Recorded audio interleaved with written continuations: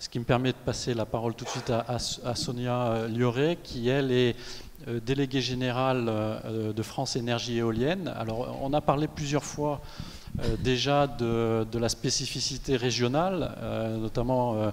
Bény a parlé du parc éolien Saint-Brieuc, à la fois le terrestre et le maritime.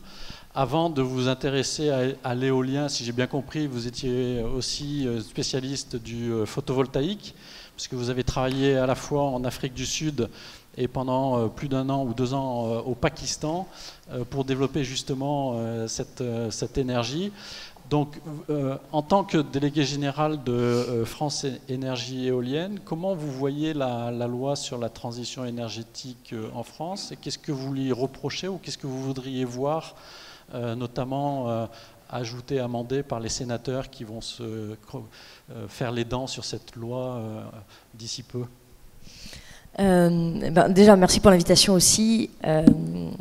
Et vous l'avez dit il y a quelques secondes, en effet, les bancs de Sciences Po amènent à tout, même au Pakistan. Et donc, je me permets un petit détour par l'étranger avant de revenir sur le projet de loi de transition, qui est pour moi le projet de loi de transition en France. Il ne fait qu'accompagner un mouvement qui est beaucoup plus général et global, et qui est mondial, de transition énergétique. Je pense qu'en 2009, l'Europe était complètement précurseur avec le paquet énergie-climat et en instaurant des objectifs. Aujourd'hui, dans le domaine de l'éolien, on voit que les grands marchés, ça commence à devenir les émergents. C'est la Chine. La Chine, c'est la moitié du marché mondial de l'éolien. C'est énorme. Il y a les États-Unis, c'est le Brésil, l'Inde. Et donc, quelque part, cette transition énergétique, elle est déjà à l'œuvre, elle est déjà à l'œuvre massivement. Et si l'Europe a eu un petit peu un rôle de leader, elle est quelque part, pour moi, j'aurais presque envie de le dire, en train de le perdre. On a d'un côté, donc, en France, la loi de transition énergétique, qui reprend des objectifs qui sont, on va dire, équivalents à ceux de l'Europe. Alors, sur les objectifs CO2, c'est relativement positif. Sur les objectifs ENR, on passe de 20% en 2020 à 27% en 2030. C'est presque du contre-objectif. Et c'est vrai que quand on voit à l'inverse, vous êtes tous des bons étudiants de Sciences Po, donc vous avez tous lu le journal hier. Je pense que peut-être quelques-uns d'entre vous l'ont vu. Chaque année, l'Agence internationale de l'énergie sort un rapport sur un petit peu les prévisions, qu'est-ce qui va se passer dans le monde de l'énergie, etc. Et ce qu'on voit depuis quelques années, c'est qu'on voit des prévisions qui sont, quelque part, je trouve, quasiment de plus en plus encourageantes. Et là, les 3 grandes lignes qu'on peut retenir, c'est, quelqu'un l'a déjà dit, 37% d'augmentation de la consommation énergétique d'ici 2040, c'est absolument énorme. Ça, c'est aussi, c'est les pays en développement qui accroissent, où il y a un accès à l'énergie qui n'était pas le cas avant. Pour autant, sur juste le secteur de l'éolien, on voit qu'il y a un accroissement massif prévu par l'agence. On voit, toujours pareil, la Chine qui investit massivement. Donc on a ce mouvement relativement général et que je trouve très encourageant, de facto. Donc après, sur la France, donc la loi de transition énergétique, j'aurais tendance à dire qu'elle a le mérite d'exister, elle a le mérite de fixer des objectifs. Ensuite, dans notre secteur, elle n'est pas forcément porteuse de bonnes nouvelles. Elle est porteuse plutôt d'exigences nouvelles. Ce qui veut dire aussi, je pense que c'est des exigences nouvelles, par exemple d'intégration marché, qui sont des apprentissages nouveaux pour les acteurs, qui ne seront pas forcément faciles à faire. Mais ces apprentissages, ils montrent aussi, quelque part, que le secteur a grandi et qu'on est dans une période un petit peu de friction. Donc pour moi, quelque part, le gros avantage de la loi de transition énergétique, c'est plutôt le grand débat sur la transition énergétique qui a eu lieu pendant quasiment 2 ans avant. Et c'est un petit peu ce que monsieur disait sur les parcs éoliens qui créent du conflit, puis au moins comme ça les gens sont obligés de se positionner. On a eu ça sur le grand débat. C'est-à-dire que tous les acteurs, et nous compris, avant on était dans notre petit sillot, on voyait l'éolien, alors le problème avec les mers, le problème avec le paysage, etc. Et c'est la première fois où on a dû se positionner en tant qu'acteur industriel sur une vision long terme pour le pays.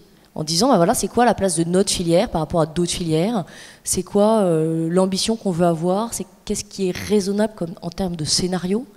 Et je pense que quelque part cet acquis sera beaucoup plus important dans le long terme que les avancées qui seront données par la loi. Parce que ça a créé, alors pas au niveau du grand public encore, hein, mais au moins sur un secteur relativement large d'experts, d'industriels, etc., cette nécessité de se poser la question de qu'est-ce qu'on va faire dans 20, 30, 40 ans. Ensuite, pour moi, il y a un autre point qui est très important, c'est qu'on a, depuis quelques années, on a des acteurs, et c'est un petit peu ça que je trouve assez intéressant, aussi pour des étudiants de sciences politiques, hein, c'est de voir un petit peu la dichotomie qu'on a, où on voit tous les acteurs, et il y en a un certain nombre autour de la table, personne ne raisonne en marché national. En marché national. Toutes les stratégies sont toujours faites sur le marché mondial, au moins une plaque, au moins la plaque européenne, quelle va être l'évolution à 10, 20, 30 ans. Alors sur le secteur de l'éolien, que bien évidemment je connais bien mieux, on a vu d'abord c'était une affaire de petits, donc c'était les idéalistes qui créaient des petites sociétés, des petits parcs éoliens, et à partir de 2009, on a eu un petit peu tous les grands énergéticiens qui tout d'un coup se sont réveillés en disant attention, on est en train de rater une marche, et qui ont investi massivement, et pas uniquement en Europe, hein, mais dans le monde entier. Et maintenant, on a des acteurs que vous connaissez, type voilà, Total, bien évidemment, sur le solaire, GDF Suez, qui doit être 10e mondial, premier en France, EDF qui maintenant investit, mais depuis 3-4 ans, on voit ça, c'est absolument énorme, les investissements qui sont faits sur l'éolien terrestre, sur l'éolien maritime. Et donc, quelque part, les acteurs économiques ont intégré cette évolution. Alors, il y a des jeux, hein. Il y a bien évidemment des jeux. On l'a vu au niveau des discussions du groupe Magritte. Groupe Magritte, vous connaissez? Non. Alors, on a eu l'année dernière, je vais faire peut-être hurler certains intervenants. Un petit peu, c'est les gros énergéticiens, surtout gaziers, qui ont demandé très fortement que soient réduites les politiques un petit peu ambitieuses de l'Union européenne en termes d'énergie renouvelable, en disant qu'ils avaient des grosses pertes de rentabilité sur le gaz. J'y reviendrai. Voilà, c'est bien. Comme ça va être un petit peu de débat, on réveille tout le monde. Mais c'est aussi le signe. C'est aussi le signe que voilà, il y a eu un vrai changement. Avant, quelque part, on était trop petit pour que ça. Enfin voilà, je pense que les énergies renouvelables n'étaient pas une menace. Donc c'est quelque part un point relativement positif. Ensuite,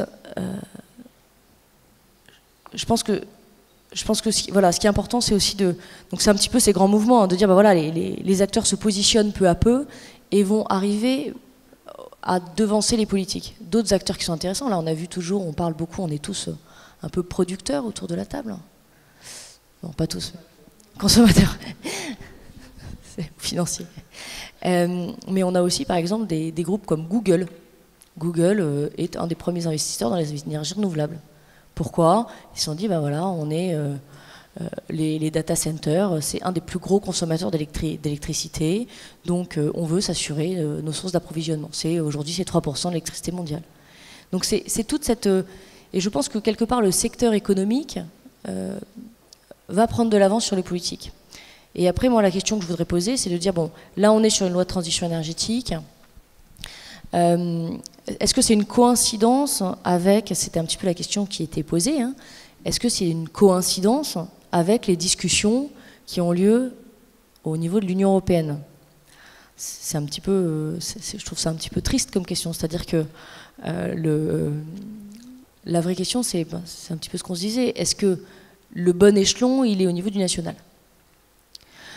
Et est-ce que la France, soit il faut se positionner bien avant les discussions de l'Union européenne pour essayer d'influencer les discussions européennes, soit il faut se positionner bien après, une fois qu'on a les règles du jeu. Mais discuter en même temps de quelle sera la politique énergétique, ça n'a pas forcément beaucoup de sens.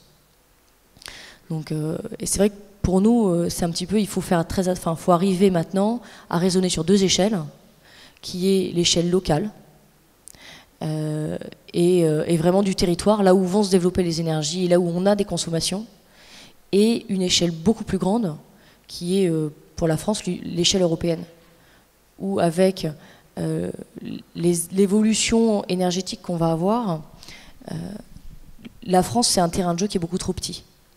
Donc il faut qu'on raisonne sur la plaque européenne, il faut qu'on arrive à échanger avec nos voisins, etc.